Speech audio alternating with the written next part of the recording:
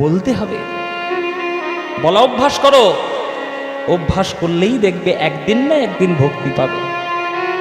ভক্তির রাস্তা বাবা, আপনার যতই রক্ত গরম থাক আর নিজেকে যতই হম্বিতম্বি হনুমলে মনে করেন না কেন, একদিন না একদিন আপনাকে ভক্তির রাস্তায় আসতেই হবে। ওই জন্যে কীর্তনের গানে সব থেকে বৃদ্ধ মানুষদের আনাগোনা হয়। আমাকে দিয়েছেন একজন দিয়েছেন নিতাই, কেউ পয়সা দেওয়ার জন্য আসরে আসবেন না। আমাকে 20 টাকা 10 টাকা গান ভালো লাগছে 50 টাকা দেবেন না। যদি দেওয়ার দরকার হয় কোনো মন্দিরে গিয়ে দিন, কোনো আশ্রমে গিয়ে দিন, কোনো বৈষ্ণব কোনো ব্রাহ্মণ ঠাকুর মশাইয়ের হাতে দিয়ে দিন। জয় নিতাই। তো সেই ভক্তি লাভ আজকের আমরা করব। আজকে আমরা যে লীলাটি আস্বাদন করব ভক্তির লীলা। আপনারা যারা যারা গান শুনতে এসছেন মায়েরা বলুন, আপনারা ভগবানের ভক্তি লাভ করতে চান কি না? চান তো? নিশ্চয়ই চান। 9 রকমের ভক্তির রাস্তা আছে। শ্রবণং কীর্তন বিষ্ণু শরণং পাদ সেবনম অর্চনং বন্দনং স্বক্ষং দাসং আত্মনিবেদনম। এই 9টা রাস্তা রয়েছে। যে রাস্তা আপনার পছন্দ আপনি সেই রাস্তা ধরুন। কোনো বাধ্যবাধকতা নেই যে আমি যেটা করছি তোমাকেও সেটা করতে হবে, না। তোমার যেটা ভালো মনে হবে তুমি সেটা করো, কিন্তু করাটা যদি করার মতো করতে পারো তাহলে ভগবান আসবেই আসবে। সেই ভক্তির রাস্তা আজকের আমরা দেখব। চলুন, যে ভক্তের কথার মাধ্যমে, যে গৌর ভক্তের কথার মাধ্যমে আমরা একটু ভক্তি আস্বাদন করব আজকে, সেই ভক্ত আমাদের বৈষ্ণব জগতে একজন গুরুত্বপূর্ণ ভক্ত, যিনি গুরু ভক্তি কাকে বলে একেবারে চোখে আঙুল দিয়ে দেখিয়ে দিয়েছিলেন। যে হরিনাম করতে গেলে নিজের মনকে কিভাবে তৈরি করতে হয় আঙুল দিয়ে দেখিয়ে দিলেন সবার চোখে। সেই ভক্তের কথা আজকের আমরা বলবো। তার জীবনী থেকে আমরা ভক্তি রসের সন্ধান গ্রহণ করব। চলুন, আজকের আমরা গদাধর প্রভুর পুনর্জন্ম লীলাস্বাদন করব। গদাধর প্রভুর পুনর্জন্ম। আপনারা পঞ্চতত্ত্বের ছবি দেখেছেন তো মায়েরা? নিশ্চয়ই দেখেছেন, সবার বাড়িতেই আছে। মাঝখানে মহাপ্রভু, ডান দিকে কে? নিত্যানন্দ। নিত্যানন্দের ডান দিকে কে? অদ্বৈত আচার্য। আর মহাপ্রভুর বাম দিকে কে? গদাধর প্রভু। এই গদাধরের বাম দিকে কে? ত্রিবাস পণ্ডিত। এই গদাধর আগের জন্মে কে ছিল? এই জন্মে তো গদাধর হলো, কলিযুগে তো গদাধর হলো, কিন্তু আগের জন্মে কে ছিল? পরের জন্মে কে হলো? সেই গদাধর প্রভুর ইতিহাস সম্বন্ধে আজকের আমরা জানব। প্রথম আমি দাপর যুগ থেকে শুরু করি, যে গদাধর প্রভু দাপর যুগে কে ছিলেন। আপনারা শুনলে আশ্চর্য হয়ে যাবে যে দাপর যুগে কে ছিলেন। গদাধর প্রভু দাপর যুগে কে ছিলেন জানেন? স্বয়ং গোবিন্দের বাম অংশ সংভূতা শ্রীমতী রাধা রানী ছিলেন গদাধর। এইখানে যারা তর্ক করা শ্রোতা, যুক্তিবাদী শ্রোতা, তারা আমাকে প্রশ্ন করবে, ও মশাই এটা ভুজুং ভাজুং গল্প সব আমাদের দেন কেন? আমরা তো শুনেছি, তোমরাই তো বলো কীর্তনের আসরে রাধা কৃষ্ণ মিলিত তনু গৌরাঙ্গ। তা বৃন্দাবনে কি দুটো রাধা ছিল? একটা রাধা গদাধর হয়েছে আর একটা রাধা গৌরাঙ্গ মহাপ্রভু হয়েছে? না বাবা, বৃন্দাবনে একটাই রাধা ছিল। স্বপ্নবিলাস লীলা হচ্ছে। হ্যাঁ, স্বপ্নবিলাস লীলা হচ্ছে। তাতে রাধারানী দেখছেন যে তিনি গোবিন্দ অঙ্গে মিশে যাচ্ছেন। প্রেমের সম্পর্কে, প্রেমের গভীরতায় আজ রাধারানী প্রবেশ করছে গোবিন্দের অঙ্গে। আজ কৃষ্ণ রাধারানীর সঙ্গে এক অঙ্গ হয়ে যাচ্ছে। কিন্তু রাধারানী এক হতে হতে মনে মনে ভাবলো, সর্বনাশ, আমি যদি কৃষ্ণের সঙ্গে সম্পূর্ণভাবে বিলীন হয়ে যাই তাহলে কৃষ্ণের চরণ সেবা করে যে সুখ লাভ করি সেই সুখ তো আমি কখনো পেতে পারবো না। গোবিন্দের চরণ সুখ, গোবিন্দের চরণ সেবা করে যে সুখটা পাওয়া যায় অন্য কোনো সেবায় কি আর সেই সুখ আছে? রাধারানী মনে মনে ভাবলেন, আমি তো গোবিন্দের চরণ সেবা করতে পারবো না। এই দাপর যুগে যেমন আমি গোবিন্দের জন্য একটা পান সাজিয়ে রেখেছি, গোবিন্দের জন্য একটা মালা সাজিয়ে রেখেছি, গোবিন্দের জন্য কুঞ্জ মন্দির সাজিয়েছি, গোবিন্দ দেখছেন, মালাটা পরছেন, পানটা খাচ্ছেন, আমার হৃদয় আনন্দে পরিপূর্ণ হয়ে যাচ্ছে।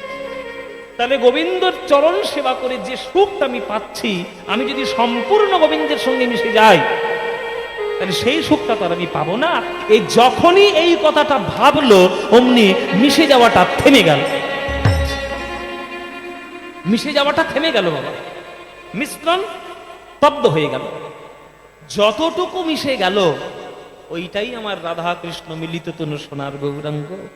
যে অংশটুকু রাধারানীর বাকি রইল, সেই অংশটুকু কলিযুগে গদাধর হয়ে বহুর বাম পাশে দাঁড়িয়ে গেলেন, গিয়ে প্রভুর সেবা করলেন। তাই গদাধরের ভাব ছিল রাধারানীর ভাব। গদাধরের ভাব কিন্তু সবাই গ্রহণ করতে পারবে না বাবা, খুব কঠিন জিনিস। গদাধর সখী ভাবে গৌরাঙ্গ মহাপ্রভুকে ভালোবাসতেন। সেই ভাব, সেই রাধারানীর ভাব নিয়ে আজকের গদাধর প্রভু জন্মগ্রহণ করেছেন কলিযুগে। কিন্তু নিমাই যখন সন্ন্যাস হয়ে চলে গেল, গদাধর বলল যে নবদ্বীপে নিমাই নাই, সেই নবদ্বীপে আমি থাকবো না। আমার প্রভু কোথায় যাবে আর তার চরণের জন্য আমি পড়ে থাকবো? আমি পারবো না প্রভুকে বিহারে, প্রভুকে ছেড়ে আমি থাকতে পারবো না। তাই প্রভু যেখানে থাকবে আমিও সেখানে থাকবো। পুরীতে যখন মহাপ্রভু এসে অবস্থান করলেন, স্থির করলেন যে এবার তিনি পুরীতেই থাকবেন, গদাধর প্রভুও চলে গেলেন পুরীধাম। তবে পুরীর মন্দিরে থাকলেন না।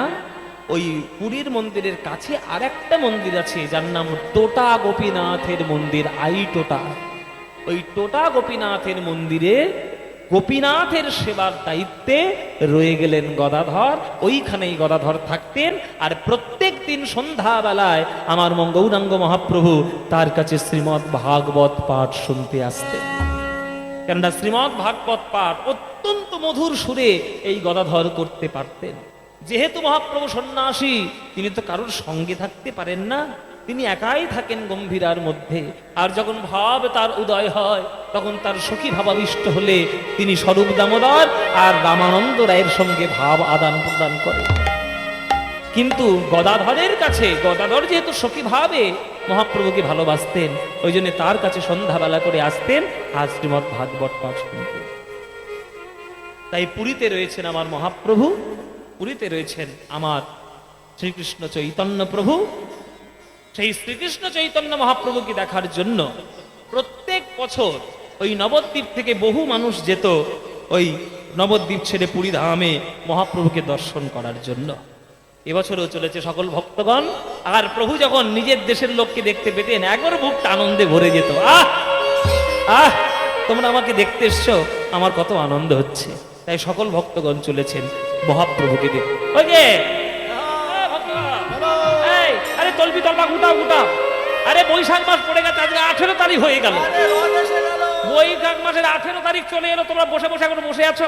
তলবি তলবা গোটা প্রভুকে দেখার জন্য সব যেতে হবে জগন্নাথ ধামে। হুমায়রা তোমরা কেউ যাবে নাকি? যাবে?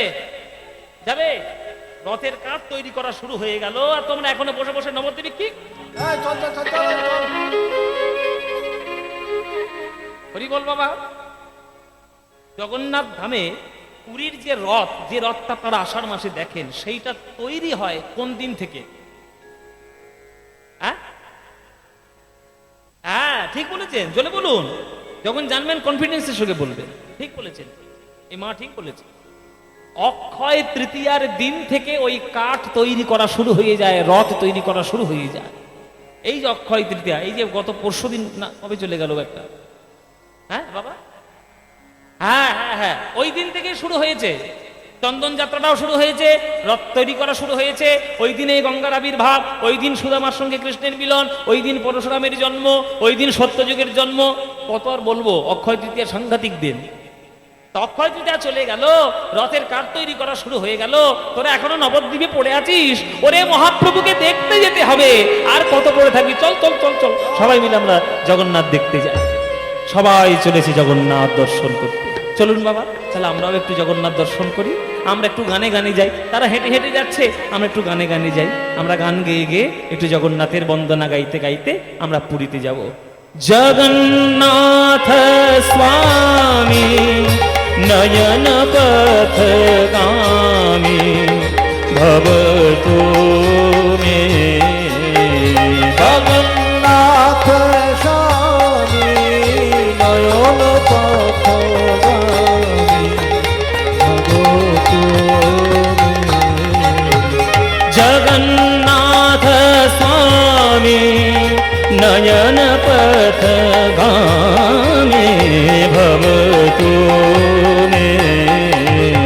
जगन्नाथ स्वामी नयन पथगामी भवतु मे। हाथ जोड़े করে উলুধ্বনি দিন।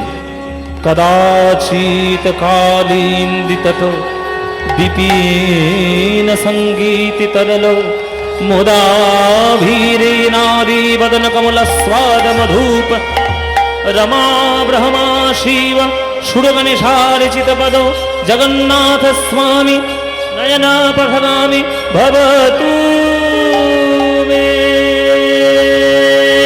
जगन्नाथ स्वामी नयन पथगामी भवतु मे। जगन्नाथ स्वामी नयन पथगामी भवतु मे। जगन्नाथ स्वामी नयन पथगामी भवतु मे। जगन्नाथ स्वामी नयन पथगामी भवतु मे। সবাই বলো জগন্নাথ দেব কি, বলভদ্র জিউ কি, সুভদ্রা মাই কি, শ্রীকৃষ্ণ চৈতন্য মহাপ্রভু কি। এসো এসো এসো, বাহ বাহ বাহ বাহ, এসো তোমরা। বাহ, তোমাদের দেখলেই আমার কি সুন্দর আনন্দ হয় গো, বুকটা কেমন আনন্দে ভরে যায়। বিদেশে থাকি, দেশের লোকের সঙ্গে দেখা হলে তো আনন্দ হবেই বাবা। আজকের মহাপ্রভু আনন্দে তার হৃদয়ে ভরে উঠলো, দেশের লোককে দেখেছেন না। এসো এসো, হ্যাঁ কেমন আছো তোমরা? হ্যাঁ সব কুশল মঙ্গল তো? এই হরিনাম করছো তো? সবাই মিলে কৃষ্ণ নাম প্রচার করছো তো? ভালো। এ কি কি ব্যাপার? আর তোমাকেই বলছি, হ্যাঁ তুমি কেন এসছো? তুমি কেন এসছো? তোমাকে এখানে কে আসতে বলেছে? তোমাকে গত বছর বারণ করেছিল না তুমি আসবে না? তোমার বদন আমি দর্শন করতে চাই না, তুমি চলে যাও। বারবার বলো সত্ত্বেও তুমি কথা শোনো না আমার। এই সকল ভক্তরা আমার কথা শোনে না, তুমি আমার কথা শোনো না। হাত জোর করে বলছি বাড়ি যাও। একজনকে মহাপ্রভু তাড়িয়ে দিচ্ছে, সকল ভক্তকে বুকের মধ্যে টেনে নিচ্ছেন, একজনকে তাড়িয়ে দিচ্ছেন। যাকে তাড়িয়ে দিচ্ছেন আপনারা শুনলে অবাক হয়ে যাবেন। কাকে তাড়িয়ে দিচ্ছে? মহাপ্রভু তাকে তিরস্কার করছেন। কেন? মহাপ্রভু তাকে দেখতে চান না, তাই বলছে চলে যাও। সে কে? যাকে ছাড়া একদিন গৌর চলতেই পারত না নবদ্বীপে, আজকে তাকেই পুরী থেকে তাড়িয়ে দিচ্ছেন। সে কে? সে হলো নিত্যানন্দ প্রভু। দাদা নিতাই, তোমাকে কে আসতে বলেছে? তোমাকে বারণ করেছি না তুমি আসবে না? যাও, চলে যাও। তুমি আসলে আমার এই পুরীতে আমার কত বড় ক্ষতি হচ্ছে তুমি জানো? ক্ষতিপূরণের হিসেব আর আমি তোমার সঙ্গে করতে চাই না, তুমি চলে যাও। আমি সোজা কথা বলছি, চলে যাও।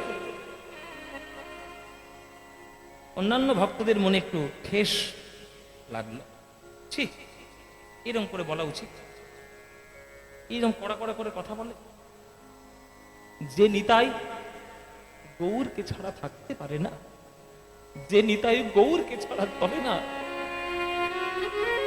যে নিতাইয়ের কপাল ফেটেছিল বলে গৌর ছুটে গেছিল সুদর্শন চক্র দিয়ে জগাই বাধাইকে মারতে, সেই গৌর আজকের নিতাইকে এইভাবে কথা বলছে। এতটা কঠোর, এতটা কঠিন। সন্ন্যাস হলে কি এইরকম মন কঠিন করতে হয়? না, আমরা প্রভুর ভক্ত হলেও এইটাকে আমরা মানতে পারলাম না, মেনে নিতে পারলাম না। নিতাই দাদা চলো চল। নিতাই দাদা মাথা নিচু করে চলে গেলেন পুরী ছেড়ে। ভক্তদের মনে কষ্ট হয়েছে, এইভাবে কেউ কথা বলে? নবদ্বীপে ফিরে এসে ভক্তরা নিতাইকে বলছে, ও নিতাই, এত অপমানের পরেও কেন গৌরকে দেখতে যাও? এই এতগুলো লোকের সামনে এরকম কড়া কড়া কথা বললো, আমরা হলে বাবু জীবনে যেতুম না, তুমি কেন যাও? নিতাই বলছে, ওরে ভক্তগণ, গৌর নিতাইকে ছেড়ে থাকতে পারে, কিন্তু নিতাই তো গৌরকে ছেড়ে থাকতে পারে। ওরা আমার ভালোবাসা কি করে বুঝবে? কোনো কারণে হয়তো সে আমার উপর রেগে গেছে, তাই আমার উপর কটু শব্দ প্রয়োগ করেছে, কিন্তু আমার ভাই আমার ছেড়ে থাকতে পারলেও আমি আমার গৌরকে ছেড়ে থাকতে পারি না। ছোট ভাই ভাই হয়ে না হয় বলেই ফেলে, আমি তারা হয়ে কোনো অপমান নিইনি। তোদের কাছে আমি পা ধরে বলছি, ভাই সামনের বছর আবার যখন পুরীতে যাবি, আবার আমাকে একটু সঙ্গে নিয়ে যাস।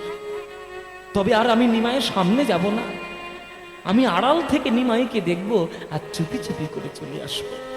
তোদের হাতে ধরি, পায়ে পড়ি, তোরা যেন কাউকে বলে দিস না যে নিমাই কে যেন নিমাইয়ের কানে যেন না ওঠে নিতাই দাদা এসে। নিতাইয়ের এই নিঃস্বার্থ ভালোবাসা দেখে নবদ্বীপের লোকেরা কাঁদছে যে এই রকম করেও ভালোবাসা যায়। সবার যে ভালোবাসা খারাপ মায়েরা তা নয়। 1000 জনের মধ্যে হয়তো 900 জনের মধ্যে ভালোবাসা থাকে না, কিন্তু 10 জনের মধ্যে তো সঠিক ভালোবাসা থাকে।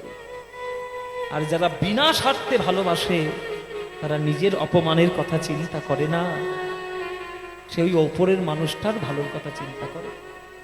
তাই পরের বছর যখন আবার রথের সময় এলো, আবার নবদ্বীপের লোকেরা তল্পি তল্পা গোটাচ্ছে, আবার যাবো, নিমাইকে দেখবো, জগন্নাথকেও দেখবো, শ্রীকৃষ্ণ চৈতন্য মহাপ্রভুকেও দেখবো, সবাইকে দেখবো। এই জন্য আবার তারা চলেছে, আজকের আবার তারা চলেছে জগন্নাথের বন্দনা গাইতে গাইতে, আবার তারা যাচ্ছে পুরীধাম, আবার আমরাও যাব পুরীধাম। জগন্নাথ স্বামী নয়ন পথগামী ভবতু মে। জগন্নাথ স্বামী নয়ন পথগামী ভবতু মে। আবার উলুধ্বনি দিন মায়েরা।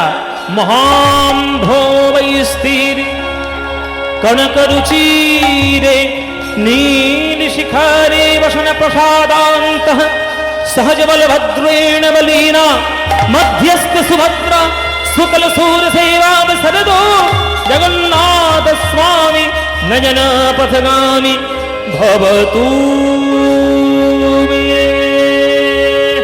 জগন্নাথ স্বামী নয়ন পথগামী ভবতু মে। জগন্নাথ স্বামী নয়ন পথগামী ভবতু মে। জগন্নাথ স্বামী নয়ন পথগামী ভবতু। গরে গম গরে গরে গম গম গরে গম পম গরে গরে গম গরে গম পম গরে গম গনি ধনি দ বম দ বম গম গরে গম পদ নি রে দ গম পদ নি রে দ গম পদ নি রে দ। জগন্নাথ স্বামী নয়ন পথগামী ভবতু মে। মম গনে সরে নি রে সব মম গম রে গ সগ রে গ সগ রে গ রে গ সরে গ সরে গ সগ নি দ নি রে সনি ধনি দ ধনি দ ধ নি দ ধ নি দ নি দ বম দ বম গম গরে দ সরে গ রে গ পম গ প নি রে নি দ গ প নি রে নি দ গ প নি রে নি দ। জগন্নাথ স্বামী নয়ন পথগামী ভবতু মে। হরি বল হরি হরি বল মে ভবতু মে ভবতু মে। বলুন জগন্নাথ দেব কি, বলভদ্র জিউ কি, সুভদ্রা মাই কি, জয় জগন্নাথ। মহাপ্রভু আজকের আর নিমায়ের সামনে এলেন না। জগন্নাথের সামনে আর নিমায়ের সামনে নিতাই আমার গেলেন না। কোথায় এলেন? ওই আইটোটা গোপীনাথের মন্দিরে এলেন। কেননা নিতাই জানে যে আমি যদি আবার নিমায়ের সামনে যাই, আবার নিমাই আমাকে বকবে, আবার কত কথা শোনাবে, আবার ভক্তদের খারাপ লাগবে। তাই আজকে নিমায়ের সামনে যাব না, গদাধরের কাছে যাই। গদাধর, এ গদাধর। হ্যাঁ, দাদার বলা বলে মনে হচ্ছে। হ্যাঁ নিতাই দাদা। কে?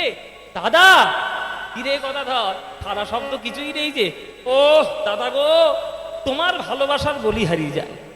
গতবারে এত লোকের সামনে এত অপমান করলো, তবুও তোমার লজ্জা নেই। আবার তুমি আবার বকা খেতে এসছো। বলে বকা কেন খাবো? ওই জন্য তো তোর কাছে এসছি, চুপি চুপি তোর কাছে এসছি। আমি আড়াল থেকে নিমাইকে দেখবো আর আমি চলে যাব। তুই বল গদাধর, তুই বল, নিমাই না হয় আমাকে ছেড়ে থাকতে পারে, বছরে একবার তাকে না দেখলে আমি কি থাকতে পারি? গদাধর বলছে আমি জানি দাদা, কিন্তু নিমাইকে কি বলবে বলো?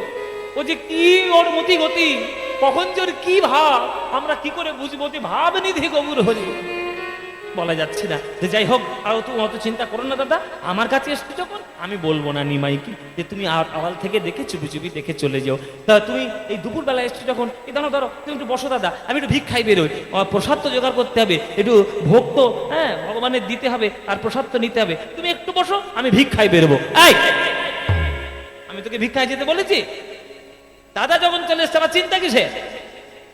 অন্যদিন ভিক্ষা করবি, আজকের ভিক্ষা করতে হবে না। এই দেখ কি নিয়ে এসছি, দেখ সচিমা গোবিন্দভোগ চাল পাঠিয়ে দিয়েছে পুঁটুলি করে, নিমাইকে তুই কিছু প্রসাদ করে খাইয়ে দিবি, তার থেকে একটু অন্ন নিয়ে আজকে দুজনের মতো প্রসাদটা বানিয়ে নে।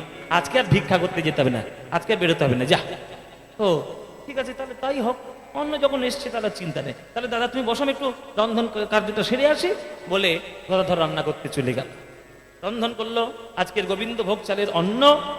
ওই বাগানে টাগানে গিয়ে দেখলো কি সব শাক পাতা হয়েছে, সেগুলো তুলে নিয়ে এলো, সেগুলো একটু সিদ্ধ করলো। আর বাঙালি বলে কথা, একটু মুখে রুচি না হলে হয়। দেখলো গাছে কচি কচি সব তেঁতুল পাতা হয়েছে, ওই তেঁতুল পাতাগুলো সব ভালো করে ছিঁড়ে নিয়ে এসে ভালো করে ধুয়ে নিয়ে সমুদ্রের জল ছেঁকে নিয়ে ওই লবণাক্ত জল দিয়ে তেঁতুল পাতা দিয়ে তেঁতুল পাতার টক তৈরি করে দিল। বাহ, এইরকম প্রসাদের কর ভাগ্যে হয়েছে বাবা, বলো। গোবিন্দভোগের অন্ন, শাক সিদ্ধ আর তেঁতুল পাতার টক। এই রান্না হয়েছে? হ্যাঁ রান্না হয়েছে। তাহলে ভোগ নিবেদন কর। হ্যাঁ হ্যাঁ দাদা দাঁড়াও, ভোগ নিবেদন কর। ভোগটা সাজালো, গোপীনাথের সামনে ভোগ নিবেদন হবে। আর তিনটে আসন পাতলো, গোপীনাথের সামনে একটা আসন, তার একদিকে গদাধরের আসন, একদিকে নিত্যানন্দের জন্য আসন। নিত্যানন্দ বলছে তিনটে পাতলি কেন? আছি তো দুজন, তিনটে পাতলি কেন? বলে সামনে গোপীনাথ আছে না, ভগবানের জন্য তো একটা আসন রাখতে হবে, ওই জন্য ভগবানের আসনটাই গোপীনাথের সামনে আছে। তুমি কোনো চিন্তা করো না, চলো তাহলে ভোগ নিবেদন হয়েছে, চলো তাহলে ভোগ নিবেদন হয়েছে যখন, তাহলে ভোগারতির গানটাও একটু গাওয়া যাক। যেখানেই কীর্তন হয় ভোগারতির গান না গাইলে মহাপ্রভু ভোগ গ্রহণ করেন না। তাই আজকের গদাধর প্রভু ভোগারতির গান শুরু করলে। মায়েরা ভোগারতির গান শুরু করেছ, শুনেছ কখনো? শুনেছ? আজকে শুনে নাও, আজকে ভোগারতির গান গাইছে গদাধর। চলো একদম প্রাচীন পদ্ধতিতে যেমন করে সুর গাওয়া হয় তেমন করে ভোগারতির গান। ও ভজপতি তুদ্ধারণ শ্রী গৌর হো, সবাই করতালি দিয়ে গাইবেন সবাই। ভজপতি তুদ্ধারণ শ্রী গৌর হরি, উলুধ্বনি মায়েরা। ভজপতি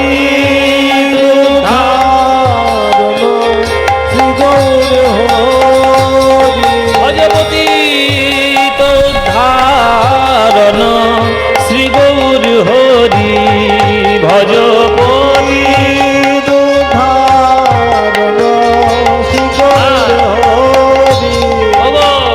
শ্রী গৌর হরি, নবদ্বীপ বিহারী শ্রী গৌর হরি, নবদ্বীপ বিহারী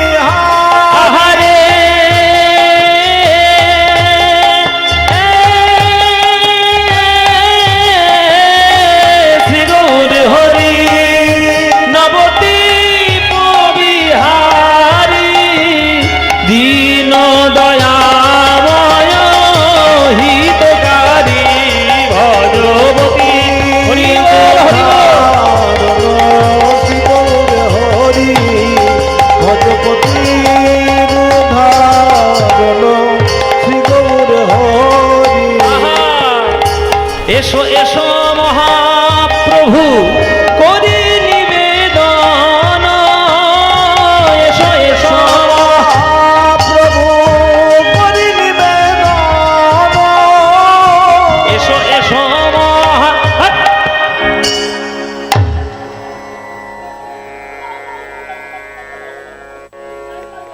সর্বনাশ হয়ে গেল, যা এখন সর্বনাশ করে ফেলেছিস তুই। কথাধরের মুখ টেপে ধরেছি নিতাই। বলি কি হলো, আমি কি গান ভুল করেছি? নিতাই নিতাই বলছে গান তুই ভুল করেছিস, তুই ঠিকটাই গেয়েছিস কেন তুই বল। ও বলে ঠিক গান গাইবে, ভুল গান গাইবো? মানে আমি দ্বার কাছে ফাঁকি দেবো বলে আমি চুপি চুপি তোর কাছে এসে উঠেছি, আর তুই গানের মধ্যে বলছিস এসো এসো মহাপ্রভু করে নিবে। হ্যাঁ এক্ষুনি চলে আসবে। সর্বনাশ হয়ে গেলে কি হবে? একবার যদি এই গানের আওয়াজ যদি মহাপ্রভুর কানে যায় আর আমি থাকতে পারবো? যদি এক্ষুনি ছুটে আসবে। গদাধর বলছে ও মা তাহলে কি হবে? ভগারীদের গান তো ধরে ফেলেছি, বন্ধ তো করা যাবে না, গাইতেও তো হবে। এখন বলে ফেলেছি, তাই যে পুরো গানের তো অনেকটাতেই মহাপ্রভুর কথা আছে। ও দাদা আমি তখন কি করব? বলে যেখানে যেখানে নিমায়ের নাম থাকবে আর যেখানে যেখানে মহাপ্রভু বলে থাকবে সেখানে হু হু করে গাই। এক নাম উচ্চারণ একদম করবি, হু করে গাইবি। এসো এসো হু হু হু হু করবি, একদম বলবি না নামটা। গদাধর মনে মনে ভাবছি আত্মা বিপদে বললাম আমি। কত জায়গায় এরকম মনে মনে করে হু করে গাইবে, যদি মুখ ফসকে বেরিয়ে যায়। ও দাদা তাহলে কি করে, এই এই এই পংক্তিটা বাদ দিয়ে গাই? বলে হ্যাঁ এইটা বাদ দিয়ে গা, পরের থেকে গা। হ্যাঁ তাহলে ঠিক আছে, তাহলে পরেরটার থেকে গাইছে। হ্যাঁ তাহলে ভোগ মন্দিরে, ও এটা তো বারণ করলো, এই তো গাইবো না তো। আচ্ছা আচ্ছা ঠিক আছে, আচ্ছা ঠিক আছে, এর পরেরটা থেকে গাই। নাহি জানি পরিপাটি না জানি রন্ধন, নাহি জানি পরিপাটি না জানি রন্ধন, নাহি জানি পরিপাটি না জানি রন্ধন, নাহি জানি পরিপাটি না জানি রন্ধন, সুখা দুঃখা এক মুষ্টি কর গ্রহণ, ভজপতি উলুধ্বনি। হরি ভজপতি শ্রী গৌর হরি। আহা বামে প্রিয় গদাধর আরে দক্ষিণে নিতাই গো, বামে প্রিয় গদাধর দক্ষিণে নিতাই গো, বামে প্রিয় গদাধর আরে দক্ষিণে নিতাই গো, বামে প্রিয় গদাধর দক্ষিণে নিতাই গো, আরে মধ্য আসনে বসিলেন। সর্বনাশ, এক্ষুনি সর্বনাশ হচ্ছে। মধ্য আসনে কে বসেন বাবা? চৈতন্য গোসাই। যদি চৈতন্য গোসাই বলে ফেলে তাহলে চৈতন্য গোসাই চলে আসতে পারে। গদাধর তো চোখ বড় বড় করে চুপ করে বসে আছে, সর্বনাশ কি করি। আর নিত্যানন্দ একবার কটকট করে থাকে, বললেই তোকে মারবো একবারে তোকে। তাহলে কি বলবো? বলে হু হু বলেছি না। তাহলে মধ্য আসনে বসলেন ভজপতি।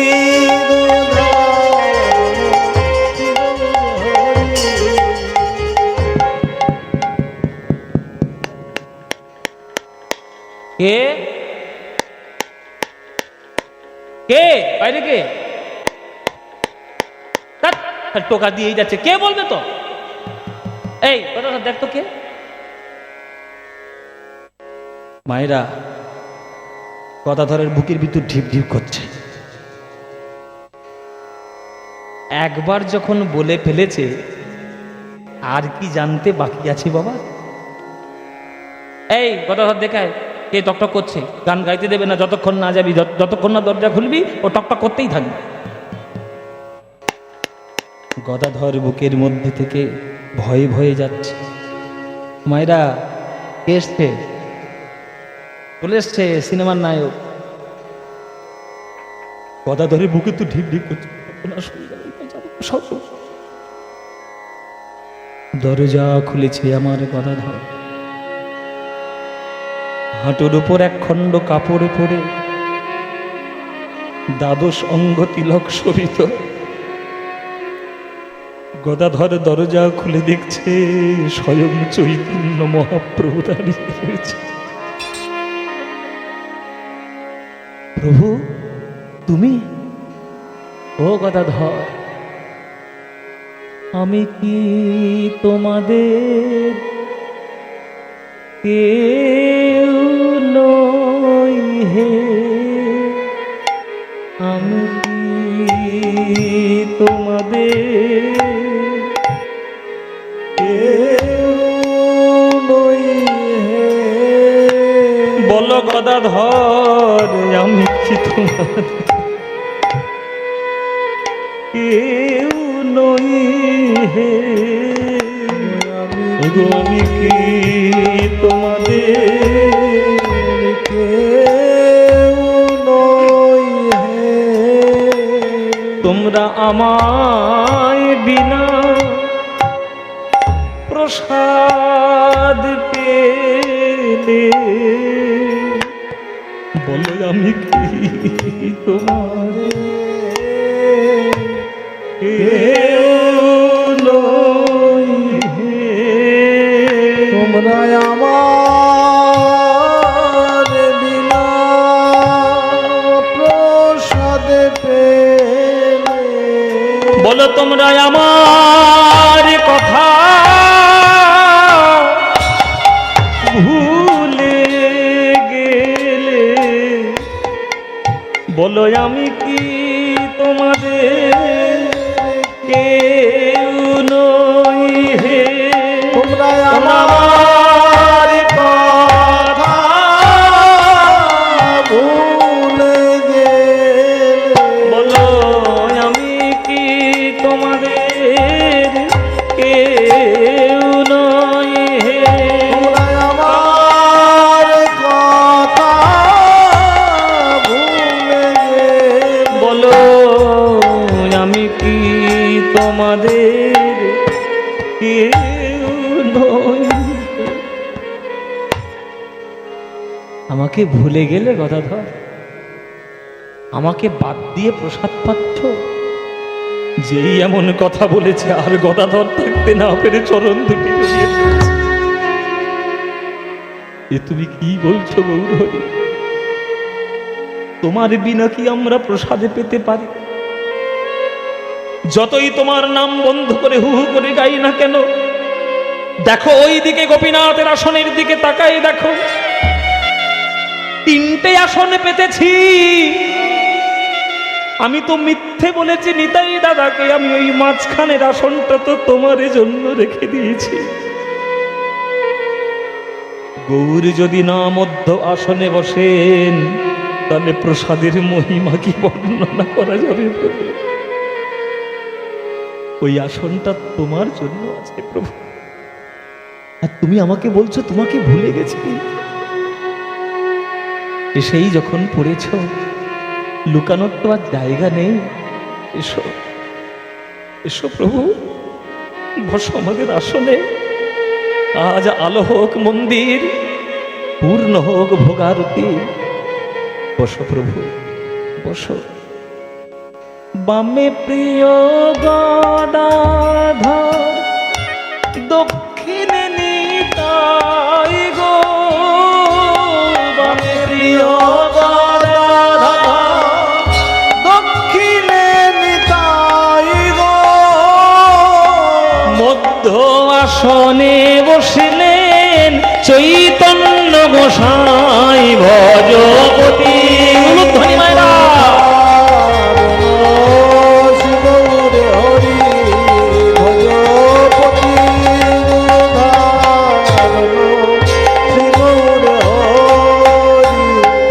আজ ভোগ মন্দির আলো হলো, ভোগ মন্দির আলো হলো, ভোগ মন্দির আলো হলো, ভোগ মন্দির আলো হলো। 3 প্রভুর অঙ্গ 6টায় ভোগ মন্দির আলো হলো। 3 প্রভুর অঙ্গ 6টায় ভোগ মন্দির আলো হলো। যে সুরটা গাইছি আর এই যে বাজনাটা বাজছে, এই হচ্ছে অরিজিনাল ভোগারতি গানের সুর আর তাল। ওই জন্য বলেছি বাবা, কীর্তন শুনতে গেলে সামান্য যোগ্যতা লাগে। আপনারা যারা যারা ভোগারতির গান চারদিকে শুনে বেড়াচ্ছেন, বেশিরভাগ জায়গায় এত তাড়াতাড়ি করে সেরে দেওয়া হয়। সঠিক ভোগারতির গান যদি শুনতে চান আর ভোগারতির গানে যদি মন দিতে চান, বীরভূমে চলে যাবে। বীরভূমের মুলুক পাটবাড়ির আসরে বা চণ্ডীদাসের আসরে বা আমাদের বরাহনগর পাটবাড়ির, আপনারা যদি কলকাতায় বরাহনগর পাটবাড়ির আশ্রমে যান, ভোগারতির গান যদি শোনেন আর বাবাজি মহারাজের আকর যদি শোনেন, ওইখান থেকে আপনি কেঁদে কেঁদে বাড়ি আসতেন একটা ভোগারতির গান শুনে। বাজনা যেমন, গান তেমন, আর আখর তেমন। এই যে দেখুন আখরটা দেখুন, বলছে বামে প্রিয় গদাধর, দক্ষিণে নিতাই, মধ্যবাসনে বসেন চৈতন্য মশাই। তার আখর কি? তার আখর দিচ্ছে ভোগ মন্দির আলো হলো, তিন প্রভুর অঙ্ক ছটায় ভোগ মন্দির আলো হলো। সব আখর, রত্ন রত্ন, এসব হচ্ছে সাহিত্যের রত্ন। মন্দির শুনুন, দেখবেন প্রাণ বলে যাবে এসব গানে। সঠিক পদাবলীর গানে যে আনন্দ রয়েছে, ওই ভেজাল কীর্তন গানে জীবনে সেই আনন্দ আপনি পাবেন না বাবা। ভোগ মন্দির আলো হলো, ভোগ মন্দির আলো হলো, তিনি প্রভুর অঙ্গ ছটায় ভোগ মন্দির আলো হলো, তিনি প্রভুর অঙ্গ ছটায় ভোগ মন্দির আলো হলো, তিনি প্রভুর অঙ্গ ছটায় গদাধর চৈতন্য নিতাই, তিনি প্রভুর অঙ্গুলধ্বনি, গদাধর চৈতন্য নিতাই, তিনি প্রভুর অঙ্গ ছটায়, গদাধর চৈতন্য নিতাই, তিনি প্রভুর অঙ্গ ছটায়, গদাধর চৈতন্য নিতাই, তিনি প্রভুর অঙ্গ ছটায় ভোগ মন্দির আলো হলো, ভোগ মন্দির আলো হলো, আজ মধ্য আসনে বসলেন চৈতন্য গোসাই, ভজপতি তুধারণ শ্রী গৌর হরি, ভজপতি তুধারণ শ্রী গৌর হরি। এই হচ্ছে গান, গানের মতো গান, এইসব হচ্ছে গান। চুপচাপ তিনজন মিলে প্রসাদ পেল। চুরি বিদ্যা মহাবিদ্যা, যদি না পড়ো ধরা। চুরি করতে কে এসেছিল মায়েরা? নিত্যানন্দ। চুরি করে করে গৌরকে দেখতে এসেছিল, এখন গৌরের হাতেই ধরা পড়ে গেছে। আর তার কথা বলার কোনো ক্ষমতা আছে? ওই যতক্ষণ প্রসাদটা পেল, মাথা নিচু করে মুখ গম্ভীর করে প্রসাদটা পেয়ে নিল, একটাও কথা বলল না, একটাও কথা বলল না। যখন প্রসাদ সেবা হয়ে গেল, আচমন হয়ে গেল, মুখ শুদ্ধি নিল, এইবার গোপীনাথের সামনে এসে ওই নিমাই নিতাইয়ের হাতটা ধরেছে। দাদা, নিতাইয়ের বুকের ভিতর ঢিপ ঢিপ করছে। দাদা, তোমাকে কটু কথা বলেছি না, আমি তুমি ক্ষমা করে দিও দাদা। আমি চেষ্টা করেছিলাম যদি একটু কটু শব্দ প্রয়োগে তোমাকে আমি আমার থেকে দূরে রাখতে পারি, তাই বলেছি। কিন্তু দাদা, মনের কথা আমার তা নয়। তুমি যে এইখানে চলে আসছো বারে বারে আমার ভালোবাসার টানে, এইটাতে আমার বড় বিপদ হচ্ছে, আমার বড় ক্ষতি হচ্ছে। নিত্যানন্দ বুকের মধ্যে নিমাইকে জড়িয়ে ধরেছে। নিমাই, তুই না হয় আমার বিনা থাকতে পারিস, কিন্তু আমি তো তোর বিনা থাকতে পারি। 365 দিনের মধ্যেই কয়েকটা দিনের জন্য তোকে দেখতে আসি, তাও তুই আমায় তোকে দেখতে দিবি না? বল, আমি আসলে তোর কি ক্ষতি হচ্ছে? বল, কি ক্ষতি হচ্ছে তুমি বুঝতে পারছো না দাদা? চারিদিকে বিধর্মীদের অত্যাচার। কত কষ্ট করে আমরা দুই ভাই মিলে নবদ্বীপের মন্দিরের মধ্যে, নবদ্বীপের লোকের মধ্যে হাতে পায়ে ধরে প্রেম বিতরণ করেছি। প্রেম বিতরণ করতে গিয়ে কারোর কপাল ফাটেনি দাদা, তোমার ফেটেছে। কি বাবা জগাই মাধাই, কপাল ফাটিয়েছে, কপাল ফাটিয়ে হরিনাম দিয়েছে, খোল ভেঙে হরিনাম দিয়েছে। চাপাল গোপাল সে অত্যাচার করেছে, তবু হরিনাম দিয়েছে। এত কষ্টের হরিনাম লোকের হাতে পায়ে ধরে দেওয়ার পর সেই হরিনাম যদি কোনো কারণবশত নবদ্বীপে বন্ধ হয়ে যায়, বলো দাদা, তোমার ভালো লাগবে না আমার ভালো লাগবে? জগতের বৈষ্ণবদের জন্য, জগতের ভক্তদের জন্য, ভারতবর্ষের ভক্তদের জন্য আমি আছি, এই পুরীতে বসে আছি।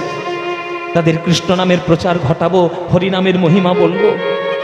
আর আমার ঘরটা বাঁচানোর জন্য তো তোমাকে রেখে দিয়ে এসছি নিতাই দাদা।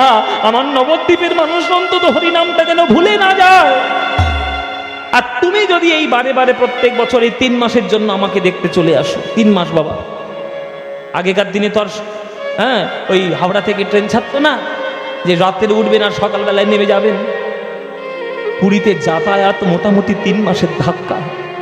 এই 3 মাসে যদি কোনো বিধর্মী শাসক তার শক্তি প্রয়োগ করে, বল প্রয়োগ করে নবদ্বীপে হরিনামটা বন্ধ করে দেয়, বলো দাদা, আমাদের হাতে পায়ে দেওয়া হরিনাম, ওই ধুলোয় গড়াগড়ি দিয়ে হরিনাম দেওয়া সব বন্ধ হয়ে যাবে।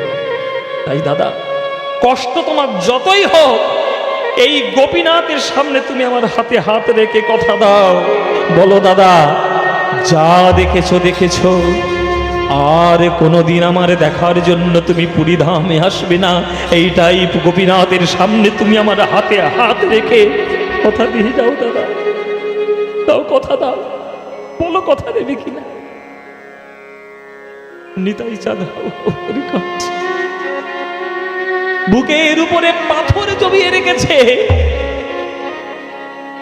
পাথর চাপা দিয়ে নিমাইকে বলছে, নিমাই, গোপীনাথের সামনে আজ আমি তোর হাত ধরে কথা দিলাম, আমার যতই কষ্ট হোক আর আমার যতই আক্ষেপ থাক, আর আমি কোনোদিন তোকে দেখার জন্য পুরী ধামে আসবো না রে ভাই, আর কোনোদিন আমি আসবো না।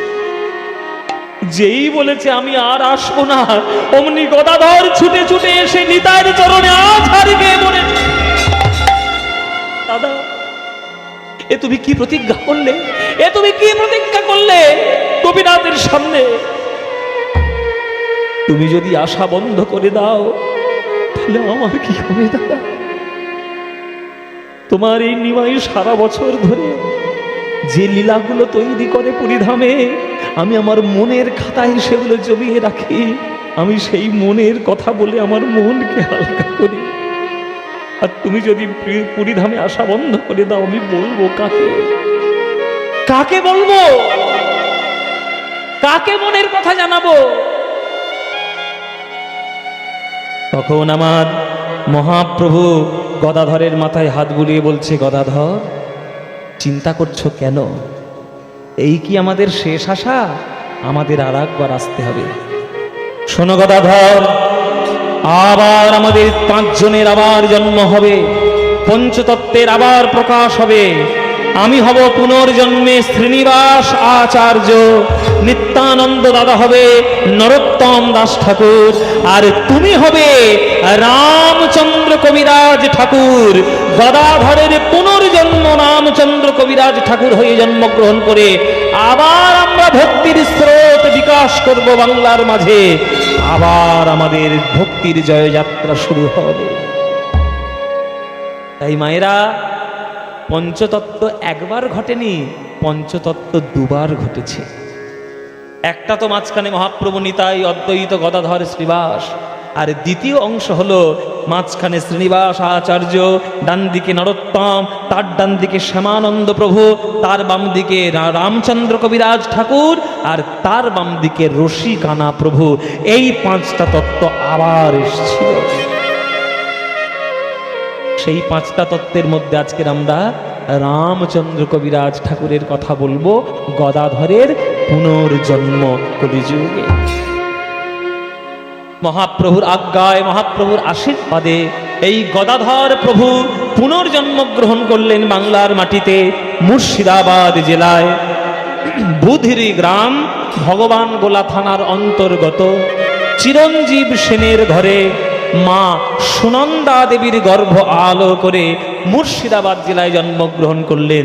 গদাধর প্রভু পুনরায় জন্মগ্রহণ করলেন রামচন্দ্র কবিরাজ ঠাকুর রূপে। রামচন্দ্র জন্মিল চিরঞ্জীবের ঘরে, রামচন্দ্র জন্মিল চিরঞ্জীবের ঘরে, রামচন্দ্র জন্মিল চিরঞ্জীবের ঘরে, রামচন্দ্র জন্মিল চিরঞ্জীবের ঘরে। পাড়া প্রতিবেশীর মনে আনন্দ না ধরে, পাড়া প্রতিবেশীর মনে আনন্দ না ধরে, উলুধ্বনি শঙ্খধ্বনি করে নারীগণ, উলুধ্বনি শঙ্খধ্বনি করে নারীগণ। আর বাহু তুলে হরির ধ্বনি দেয় ভক্তগণ, বাহু তুলে হরিধ্বনি দেয় ভক্তগণ। আনন্দ ধরে না, আনন্দ ধরে না, ওই আনন্দ ধরে না। আনন্দ ধরে না। চিরঞ্জীবের পুত্র হলো আনন্দ আর ধরে না, চিরঞ্জীবের পুত্র হলো আনন্দ আর ধরে না। ওই রামচন্দ্রের জন্ম হলো আনন্দ আর ধরে না। রামচন্দ্রের জন্ম হলো আনন্দ ধরে না। উলুধ্বনি শঙ্খধ্বনি করে নারীগণ, উলুধ্বনি শঙ্খধ্বনি করে নারীগণ। আর বাহু তুলে হরির ধ্বনি দেয় ভক্তগণ। বাহু তুলে হরিধ্বনি দেয় ভক্তগণ। এই, এই চিরঞ্জীবের ছেলে হয়েছে রে। আরে দারুণ, তুই তো দেখতে গেছিলি, দারুণ দেখতে হয়েছে না? ও একবারে দুধে আলতা গায়ের রং, একবারে ময়ূর ছাড়া কার্তিক, একেবারে কি সুন্দর দেখতে হয়েছে। তুই গেছিলিস তো? আচ্ছা গেছিলিস, কি করতে গেছিলিস? দেখে এসছিস না মিষ্টি খেতে গেছিলিস? 50টা রসগোল্লা না খেলে তোমার হবে? ও মায়েরা, পাড়া প্রতিবেশীর মধ্যে কারোর যদি একটা ছেলে হয় আনন্দ হয় না? হয় কি না? ছেলে হলে আনন্দ হয় তো, আর মেয়ে হলে কম আনন্দ হয়। এই 2025 সালে বাস করে যদি বলো মেয়ে জন্ম হলে কম আনন্দ হয়, তোমাদের একবার গঙ্গার জলে ডুবিয়ে মারা উচিত। ছেলে হলেও যেমন আনন্দ হবে, কন্যা হলেও আনন্দই হবে। একটা কথা ভালো করে জেনে নাও, যে পিতার কোলে পুত্র সন্তান আসে সে পিতা ভাগ্যবান, আর যে পিতার কোলে কন্যা সন্তান আসে সেই পিতা হলো সৌভাগ্যবান। বলো ভাগ্য চাও না সৌভাগ্য চাও? তাহলে ছেলে হলে যদি নারায়ণ হয়, মেয়ে হলে লক্ষ্মী হবে। এই এখনকার দিনে ডিফারেন্স ক্রিয়েট করা যায় না। আগে আমরা এখনকার দিনে আমরা করে ফেলেছি, কি করব? স্বার্থের জন্য বিভিন্ন রকম লোক আমাদেরকে ভুজুং ভাজুং বক্তব্য দিয়ে করে রেখেছে। কিন্তু আগেকার দিনের শাস্ত্রের মেয়েরা কত পড়াশোনা জানতো। প্রতি অনুসুয়া, সীতা মা, রাধারানী স্বয়ং, মীরাবাই, এরা কত বড় বড় শিক্ষিত ছিল জানো?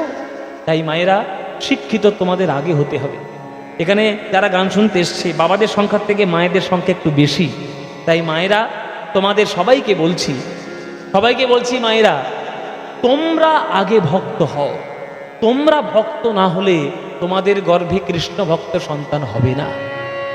জমি যদি উর্বর না হয়, সেই জমিতে কি ফসল ভালো হবে বাবা? তোমরা হলে জমি, তোমাদের গর্ভেই 10 মাস 10 দিন ধরে একটা সন্তান, একটা প্রাণ প্রতিপালিত হয়। সেই সন্তান গর্ভ থাকা অবস্থায় তোমরা যদি নিজের জীবনটিকে ভক্তিময় করে তুলতে পারো, জানবে তোমাদের সন্তান ভক্ত হবেই হবে।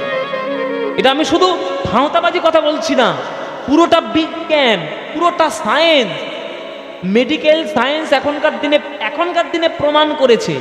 আর এই সায়েন্সটা হাজার হাজার বছর আগে ঋষি মুনিরা বলে গেছে যে গর্ভকালীন অবস্থায় মা যেমন জীবনযাপন করে তেমন সন্তান তার জীবনযাপন করে।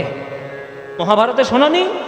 ওই আমাদের অভিমন্যু মহাভারতে সে চক্রভূহে ঢোকার রাস্তা কোত্থেকে পেয়েছিল? কোথায় শুনেছিল? মায়ের গর্ভে বসে বসে শুনেছিল। প্রহ্লাদ কি করে ভক্ত হলো? কয়াধুর গর্ভে বসে বসে নারদের মুখে প্রহ্লাদ ভাগবত শুনেছিল, ওই জন্যই প্রহ্লাদ এত বিষ্ণু ভক্ত হলো। হ্যাঁ, এই যে সুখদেব গোস্বামী প্রভুপাদ, হ্যাঁ, ব্যাসদেবের ঔরসে জন্মগ্রহণ করেছিল, কিন্তু ওই গর্ভের মধ্যে থাকাকালীন সে স্বয়ং সুখ পাখি হয়ে ওই গর্ভের মধ্যে আশ্রয় নিয়েছিল। সুতরাং এই সায়েন্সটা আপনাদের জানার দরকার। এটা জানতে হবে বিজ্ঞান। মায়েরা যেমন জীবনযাপন করবে সন্তান তেমন হবে। তাই মায়েরা, তোমরা আগে ভক্তিময়ী হও, তবেই তোমাদের সন্তান কৃষ্ণ ভক্ত হবেই হবে। এই চিরঞ্জীব সেনের ঘরে জন্মগ্রহণ করলো গদাধর প্রভু পুনর্জন্ম হয়ে। মায়ের নাম কি? সুনন্দা দেবী। বাবার নাম কি? চিরঞ্জীব সেন। চিরঞ্জীব, জীব ব, চিরঞ্জীব, সীমার নাম চিরঞ্জীব না, ওই চিরঞ্জীব না, চিরঞ্জীব সেন। সেই চিরঞ্জীব সেনের ঘরে জন্মগ্রহণ করলেন রামচন্দ্র। আহ, কি সুন্দর দেখতে হয়েছে। হ্যাঁ, এবার দুদিয়াল তো গায়ে রঙ্গ, একবার মই ছাড়া কার্তিক। মুখটা দেখেছো? কি সুন্দর মুখটা দেখে নাও। ও মায়েরা, এই দাও, কি সুন্দর দেখতে দেখো, ছেলে হয়েছে।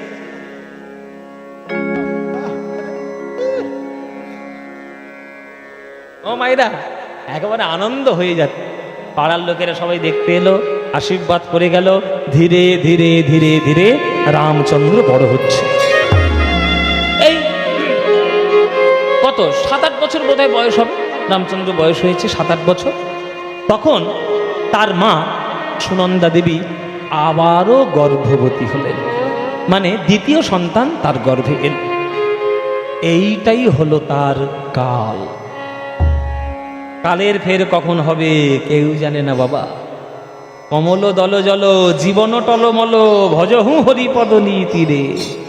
পদ্ম ফুলের পাতায় যেমন জল স্থির থাকে না, তেহরূপ পদ্ম পাতায় প্রাণ জল স্থির থাকে না। কখন পড়ে যাবে কেউ জানে না। এই দ্বিতীয় সন্তান তার কাল হলো। কি কাল হলো? গর্ভের মধ্যে দ্বিতীয় সন্তান রয়েছে সুনন্দা দেবী। আর সেই সময় তার স্বামী চিরঞ্জীব সেন দুরারোগ্য ব্যাধিতে ব্যাধিগ্রস্ত হয়ে মৃত্যুবরণ করলেন।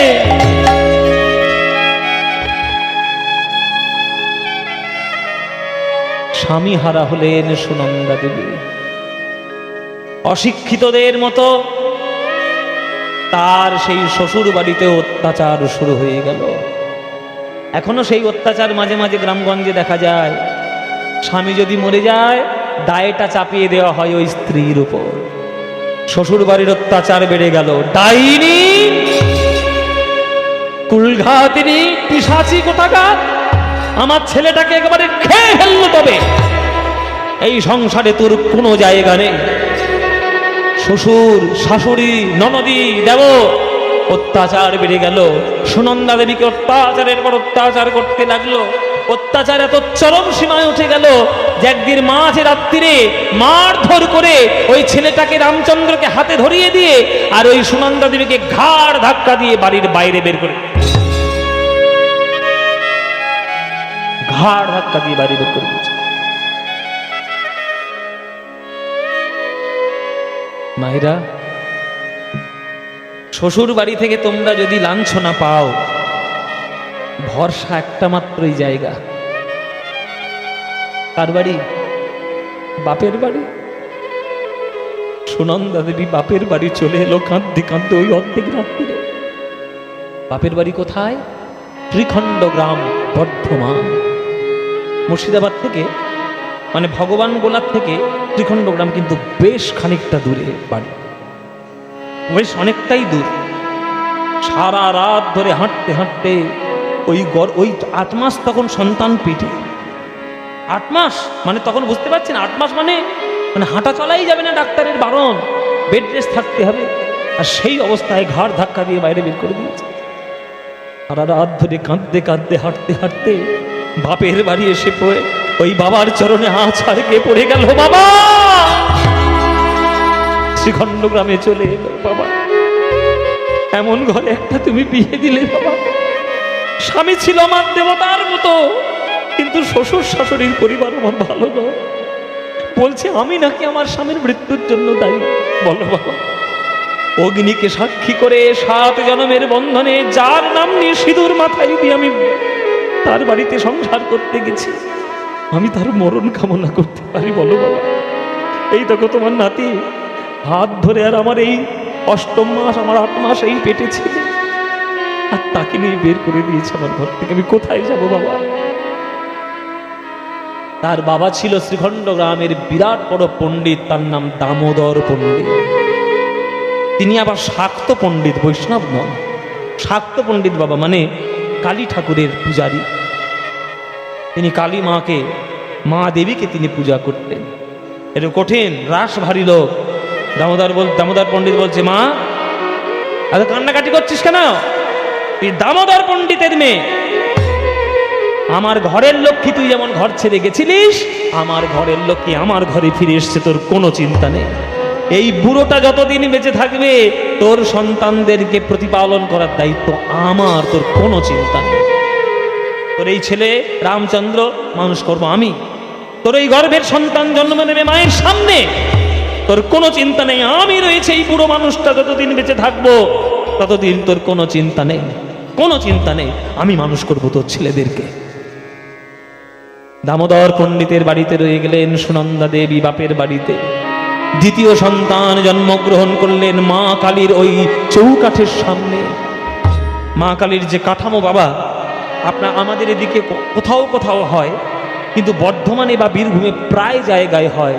যদি মায়ের পুজো হয়ে যায় মন্দিরের মধ্যে কিন্তু তারা বিসর্জন করে না, বিসর্জন করার পর যে কাঠামোটা ওইটা কিন্তু সারা বছর ধরে তারা পুজো করে। এই দামোদর পণ্ডিত ওই কাঠামো পুজো করতো মা, হ্যাঁ, মা কালীর। সেই কাঠামোর সামনে, চৌকাঠের সামনে তার দ্বিতীয় সন্তান জন্মগ্রহণ করলো সুনন্দা দেবীর।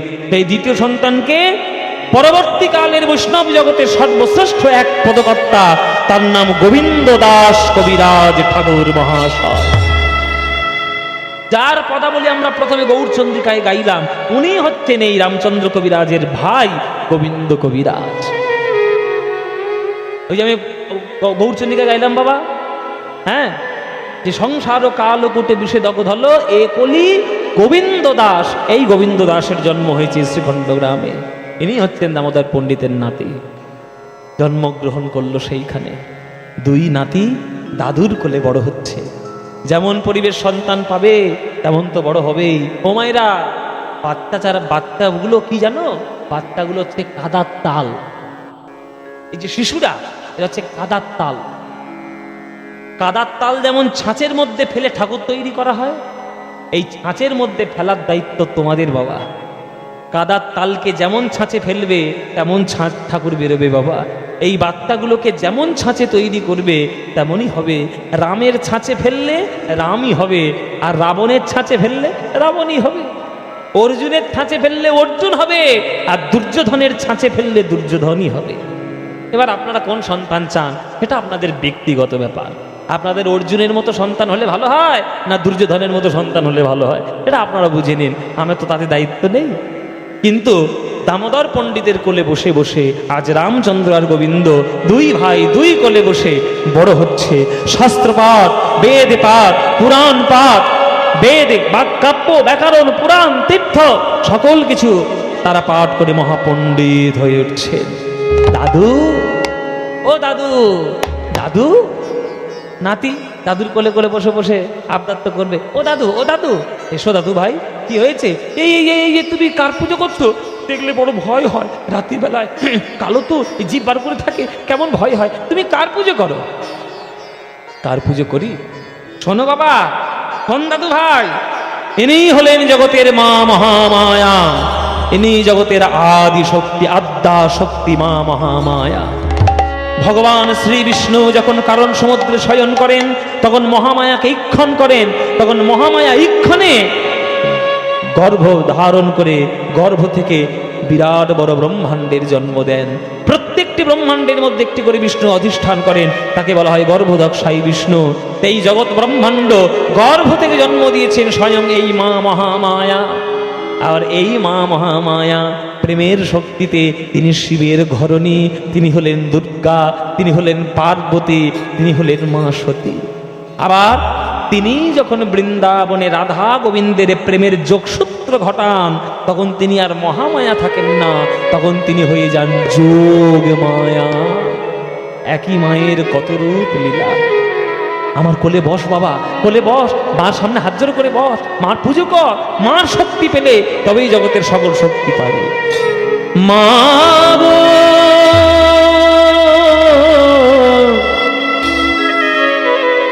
মা গো,